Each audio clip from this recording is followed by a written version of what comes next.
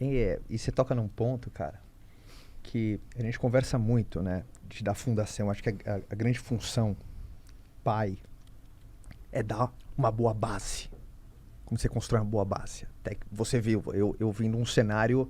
Hoje meus pais fizeram o melhor pra me dar uma boa base. Boa base. Vira e mexe, eu falo pra turma aqui de lições da minha mãe. Minha mãe foi aquela pessoa que sempre em momentos específicos ela tinha aquela palavra de sabedoria que ecoava na minha cabeça. Sabe como você tem os seus. O que enriquece é o trabalho? Eu aposto que o Mateu, Lavínia, elas vão falar uma hora, independentemente do caminho, né? Parece que esses mantras que regem a nossa vida, né? Minha mãe foi típica daquela pessoa que você pode ter. Eu lembro ela falando muito forte assim pra mim, Caio. Você pode ter tudo na vida. Mas se você perder a esperança, você perdeu tudo. Cultive a sua esperança. E se você perder tudo e você manter a sua esperança, você tem tudo que você precisa para recomeçar. Então minha mãe, ela sempre em momentos pontuais, ela tinha uma base muito bem definida. Minha mãe não sabia meu caminho, o que eu querer fazer. Para ela pouco importa, meu filho, o teu caminho. Só tem uma boa base. E eu acho, né, muitas pessoas, um jargão meio clichê, né, família é a base de tudo, né? Mas eu gosto muito dessa sua função de você demonstrar, porque eu acho que quando realmente você aprende com uma circunstância desafiadora que você viveu, você não tem medo de mostrar sua parte feia pra alguém e falar assim, olha aqui. E você faz isso com muita sabedoria, de você demonstra, entre aspas, uma parte feia sua pra alguém e fala, olha o que aconteceu. E eu acho que isso é a maior demonstração de coragem, essa vulnerabilidade, cara. Se colocar numa situação de vulnerabilidade, pra quem não conhece o Ícaro, ele fala desse desafio da família, fala que você já tive um desafio com bebida. E quando você... Onde a maioria dos seres humanos ia guardar isso no extremo ali, colocar camadas pra que ninguém nunca descobrisse isso, pra ver esse lado podre meu. Ao contrário, você pega uma parte feia sua que você aprendeu pra cacete, cara. Você teve que fazer de tripa coração pra tirar uma lição, pra mudar o jogo, mostra pra alguém, incrivelmente, essa parte feia, por causa dos contextos, do ensinamento que você pode fazer na diferença da vida de outra pessoa, ela começa a ser uma coisa que, porra, valeu a pena ele ter falado isso, cara. Eu acho, assim, na minha opinião, essa é uma das características mais marcantes da minha personalidade. Eu sou uma pessoa que gosta de expor as minhas fraquezas. Eu gosto de torná-las públicas.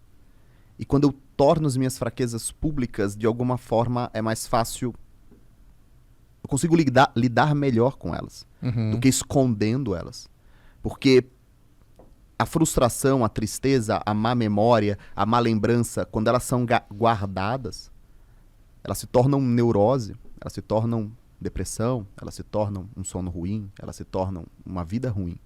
Aquela pessoa que guarda aquele segredo, aquele cara que guarda a raiva do próprio irmão porque em 1986 ele roubou o Escort dele quando eles dividiram tudo e compraram um laticínio que quebrou. Não, porque... E aí todas as vezes que o cara bebe no Natal... Não, porque o Roberto, em 86, no nosso laticínio... Puta que pariu, cara. 1986, você ainda carrega isso com você, né? Às vezes o cara tá bem sucedido. Nunca vou perdoar. Nunca vou perdoar. Nunca vou. Esse cara vai morrer comigo. É um peso muito grande pra carregar. E em contrapartida, quando eu viro pras pessoas e eu falo, olha, eu fui alcoólatra. Tomava 60 litros de cerveja todo mês. E eu tenho certeza que esse número, eu erro ele pra baixo. Porque eu desconsidero aniversários, e eu falo dos episódios em que eu estava bêbado, dos episódios em que eu estava completamente bêbado e minha esposa teve que me levar pra casa, em países estranhos, com pessoas estranhas, com taxistas. Eu olho hoje para essas memórias, eu olho para minha esposa me arrastando e me pondo num táxi, pedindo por favor, e ela sozinha com o taxista e eu apagado no carro, eu falo, puta merda, que porra de marido era eu? E aí eu lembro de todas as festas infantis que nós tínhamos no Brasil dos anos 80, 90, onde todos estavam bêbados o tempo todo. Eu sempre falo, me diga uma lembrança que você tem com seu pai ou com a sua mãe e o álcool envolvido. É o pai bêbado dirigindo o carro, é o cara que vira e fala pra esposa, eu prefiro dirigir bêbado do que ela pegar o carro. Eu dirijo melhor quando eu tô bêbado. Festa infantil tem que ter bebida. Eu lembro a última festa que eu fui infantil, da pediatra das crianças, do filho dela, no caso, né? E foi a última festa que eu fui antes de eu parar de beber. Cara, eu cheguei com os meus filhos, só tinha o Mateu e a Lavínia. Eu cheguei com eles, o garçom passou com uma bandeja com os copinhos de cerveja. Eu peguei já 2, assim, de 300 e já virei. Bum, bum. Eu falei, agora a festa começou. Eu ia pra um restaurante, eu ia pra um bar, eu ia pra algum lugar, eu só escolhia os lugares que serviam cerveja de 600 ml, porque tomar long neck é infinito. O que era a bebida pra você, cara? Cara, a bebida era parte de um processo maior, que começou quando eu parei de usar droga. Se alguém aqui já teve problema com droga, você para de usar droga, imediatamente você começa a usar álcool, ou cigarro, ou joga. Todo aquele buraco mal resolvido que você usa a droga como escape ou fuga, quando você para de usar droga e você consegue ser um dos poucos felizardos que vão parar de fato a vida toda de usar droga, imediatamente você vai ter problema com alguma outra substância. E pra mim foi o álcool, então eu não bebia. Eu fumava maconha. Não bebia. Eu fumava maconha regularmente. As outras drogas, elas vinham em festas, assim. Quando eu parei de fumar maconha, porque minha esposa falou, não vou casar com um viciado. Eu falei, então tá bom, então paro de fumar agora. Ela nem acreditou. Nem eu acreditei.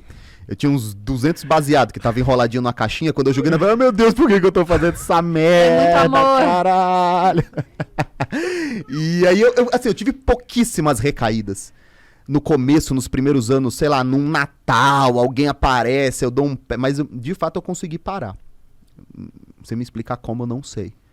Todo mundo que defende que não tem abstinência e que não vicia, conversa com qualquer viciado que tá 1 mês sem fumar. Vicia pra caralho. E, em contrapartida, o que aconteceu? Eu comecei a beber. Muito. Todos os dias eu tinha que beber muito. Só que eu era o pior tipo, eu era o tipo de bêbado mais difícil de se corrigir. O bêbado produtivo.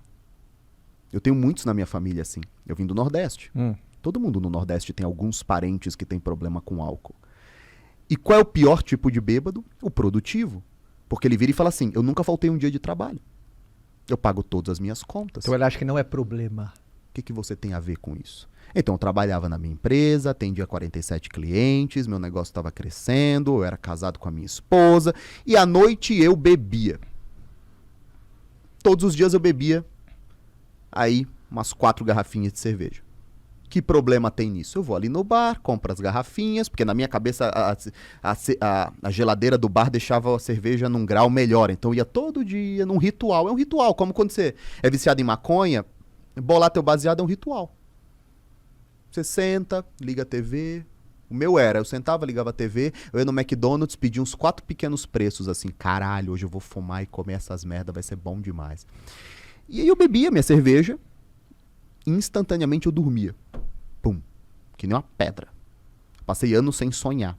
É uma coisa que eu sempre sonhei muito. Desde que eu comecei a beber, eu deixei de sonhar. Eu acordava de manhã, não existia mais ressaca, porque alcoólatra não tem ressaca, alcoólatra já vive de ressaca. E começava a trabalhar, e trabalhava como um cachorro. Trabalhava bem. E quando ia dando 5 horas da tarde, eu... caraca, o que vai ter hoje? Hoje vai ter UFC? Bebê. Vai ter futebol? Bebê. Hoje vai ter um programa? Bebê. Lançamento Netflix? Bebê. Vai ter a festa com algum amigo? Bebê. Então era sempre assim. E se não tivesse nada... Você arrumava um evento. Bebê.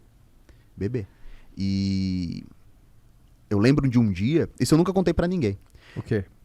Eu lembro de um dia que eu tava sem nenhuma cerveja em casa. E eu tava só com cartão. E o bar não aceitava o cartão. E eu morava num lugar meio afastado. Não tinha como tirar dinheiro. E aí eu comecei a procurar em casa... alguma bebida que eu tivesse esquecido pra beber.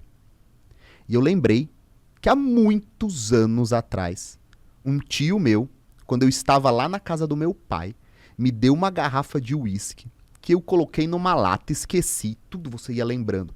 Eu comecei a procurar essa lata. Cara, eu encontrei, a garrafa tava na metade, tinha evaporado já. Uma garrafa zoada, suja já, tava há anos guardada errada, não era uísque armazenado. E aí, cara, eu peguei a garrafa, coloquei o copo, tomei, pum, tomei outro, pum, tomei outro, pum, deu, agora eu posso dormir. Então, assim, eu era um alcoólatra mesmo. E o álcool cresceu como substituto da maconha. E aí, de repente, eu decido parar de beber também. E foi muito mais difícil parar de beber. Como foi essa decisão? É muito mais difícil. Puramente estético, eu tava gordo demais. Eu bebia muita cerveja, comia muita tranqueira, fiquei muito gordo. Comecei a sentir dor na lombar, me sentia muito mal. E eu decidi, cara, eu vou parar de beber. Só que eu não vou conseguir parar de beber sozinho. Então eu vou começar a fazer exercício, pouco a pouco eu paro. Durante muitos meses eu fazia exercício e continuava bebendo. Uhum. Aí eu ficava feliz, porque eu tava bebendo e não tava engordando. E aí eu trocava cervejas, eu gostava muito de uma cerveja, Serra Malte, eu parei de beber. As pessoas que me seguem há mais tempo, elas me davam Serra Malte de presente. Porque eu sempre bebia Serra Malte, sempre bebia Heineken. Eu comecei a beber cerveja que eu não gostava tanto, para diminuir o volume. E pouco a pouco eu fui parando. E é engraçado, porque eu sou o viciado que consegue parar de fazer as coisas. Então eu falo, eu tive uma grande sorte. Tem um filme com Nicolas Cage chamado O Senhor das Armas ou O Senhor da Guerra, não lembro Senhor agora. das Armas. Ele tinha um irmão. E os dois cheiravam cocaína. E tem uma cena onde o irmão tá indo pra uma reabilitação. E ele fala, por favor, a última dose. E ele põe no braço do carro, assim, um pouco de cocaína. E o irmão cheira, aquela cena meio rasteira, aquela cena meio depressiva. E aí o personagem pensa e fala, eu nunca vou descobrir qual é a diferença entre aquele que usa recreativamente e aquele que se afunda nas drogas. Porque o irmão, claramente, ele tinha controle. E eu falo, cara, eu sou uma exceção, porque eu de fato consegui parar de fazer as coisas. Parei de fumar cigarro, parei de beber, parei de fumar maconha, experimentei tudo, experimentei crack e nunca me fudi. Assim, deve ter me fudido pra caralho até aqui, mas dei certo. Mas não acredito que essa história não vai ser pra você. Eu tenho amigos que experimentaram junto comigo crack. Tem um mesclado aqui, vamos fumar, é um baseado misturado com crack. E aí, puta, eu fumei, eu falei, caralho, isso é muito bom, cara. Isso é muito bom, muito bom, muito bom, muito bom. Caralho, já acabou. Vou dar só mais um peg. A minha sorte é que eu falei, não, deixa eu parar com essa porra que vicia demais.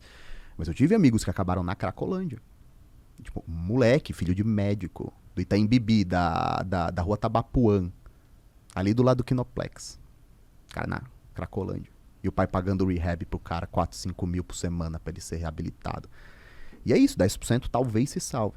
Então, assim, essa história, eu não sou uma história bonita, talvez eu seja um grande caso de sorte, nesse ponto, de não me viciar de maneira a me perder pra sempre. E eu sempre falo pras pessoas, cara, é uma roleta russa que você faz. Se você não for felizardo...